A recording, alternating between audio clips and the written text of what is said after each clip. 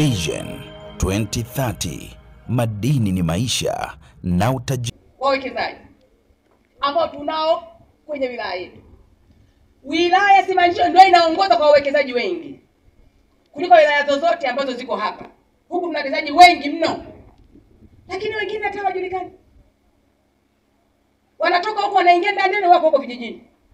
Wakishakutana na serikali za kijiji, baadhi ya viongozi ambao sio waaminifu wanapatana nao, watu wanakaa kule, hamwajui, hamwasikii.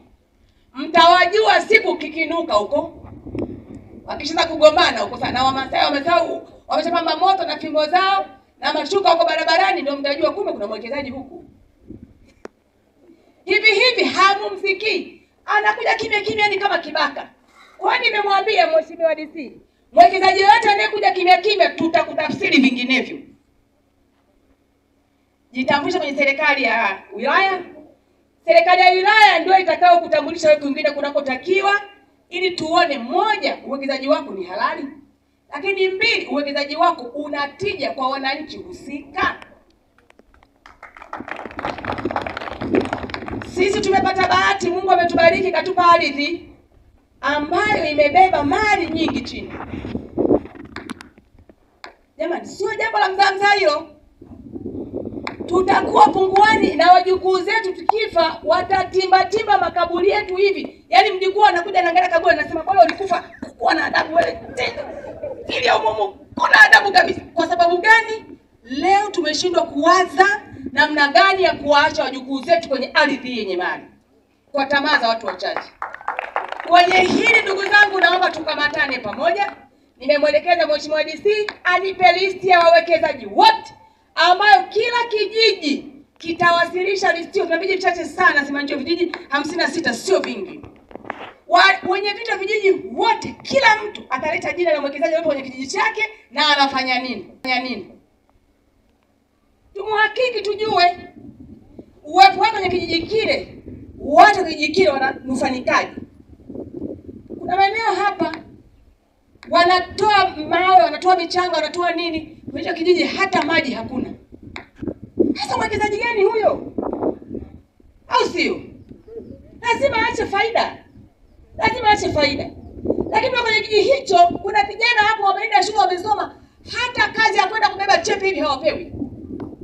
Vijana hapo tupale kijijini. Mwekezaji huyo, wakina mama hawa wanajua kupika hawa supu, chapati, nimeambiwa za peji 12 hao wanapika. Kulasa inafunuka hivi chapati. Hata tenda kupika chakula kwenye ule mradi pale hakuna. Chakula kimetoka. Ndio nini sasa? Lazima walioko kwenye eneo lile ndio wao wanufaika wa kwanza wa mali yao. Kwa hiyo tumejizatiti kulisimamia, na kwenye haya mawili la shamba na hili, kwa kweli ninapita nikilihubiri na nitalihubiri Simanjiro nzima. Kwenye maeneo ambayo nitakuwa sijafika, mtanisaidia kupeleka taarifa. Huo ndio msimamo wa serikali. Ni lazima tuone manufaa na faida, wananchi wanufaike kwenye maeneo yao. Hata barabara imebomoka, tunasubiri mpaka rais alete fedha tukachonge barabara. Wakati wao ndio pale malori yao yanapita muda wote na vifusi vya wanashindwa kwani kuchonga barabara. Sasa hiyo inakuwa ngumu kidogo. Kwa hiyo tulisimamia kama serikali na tumeanza kulifanyia kazi. Ndugu zangu, naomba niwashukuru tena kwa mara nyingine kwa kuja kwenu. Leo Jumamosi mmeacha shughuli zenu. Mmejua kabisa mkija hapa siwapi hata buku. Nitawapa maneno tu, lakini mmekuja. Mungu awabariki sana. Na naomba niwatakie sherehe njema ya Pasaka ambayo iko siku 2-3 zijazo mbele.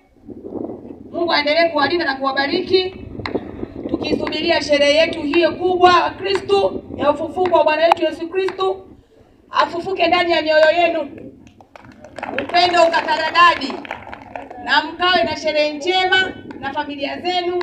Mungu awabariki sana na washukuru, na tunaomba sasa kibali cha kuendelea na ziara yetu. Asanteni sana.